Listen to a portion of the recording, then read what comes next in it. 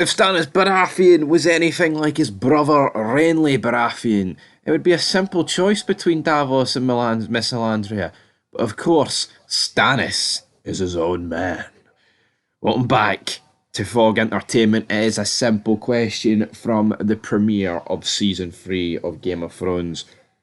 Who should Stannis choose? Davos or Melisandre, right? And I totally get it, folks, before anyone goes, well, Big Stevie Cool, he does already choose Melisandre. Yeah, you could argue that. You could absolutely argue that and say, well, that's just exactly what happened. Now, when you actually look at it, big man, right? You look at Stannis, he's sitting depressed, absolutely dejected after the battle of the Battle of Blackwater Bay, mate. But on Dragonstone, you've got Stannis sitting there. I mean, he's shattered. I mean, how many of his forces are just absolutely bewildered, man? It's crazy, but he's sitting there depressed. At this point, Davos has obviously been rescued by the sea, and he goes back. He's like, take me to Dragonstone. And then obviously here, Davos has had enough. He's like, why did you not bring yourself to battle? Stannis is like, I'm the one that urged her not to. But this is what's ridiculous, so right? And this is why I actually like Stannis, right? And I like Davos. I just don't like Melisandre because it's like,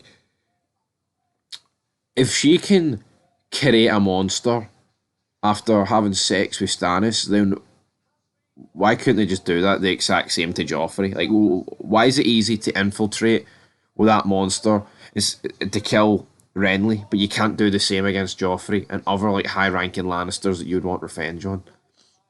It is an absolute joke, right? It is an absolute joke of the highest order, and I think once you go down the route of like this, like these mythical creature things that can kill people, you've lost the plot. And before anyone goes, oh, but it's Game of Thrones. Yeah, but I can accept dragons, right? But we see a few episodes later, with like the Brotherhood.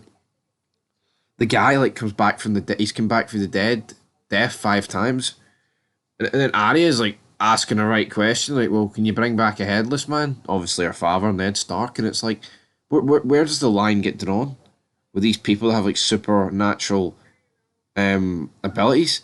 It's a load of shit. I don't like it. Like how have you got like King's Landing, right? You've got Tywin Lannister, guy's old school, right? How have you got him, Hand of the King, whatever, sitting in the same fucking universe as somebody that can use magic potions? To me, it doesn't. To me, it doesn't even make sense. Like season 1, you've got Ned Stark and Robert laughing and joking, no, the Mad King, all that stuff. It doesn't even feel like the same show. And I really like Davos and Stannis, but I think for the sake of the show, you've got to part Miss Melisandre up and not take her. I think it's quite that simple, folks. It is quite that simple. But anyway, I want you to leave your thoughts down below.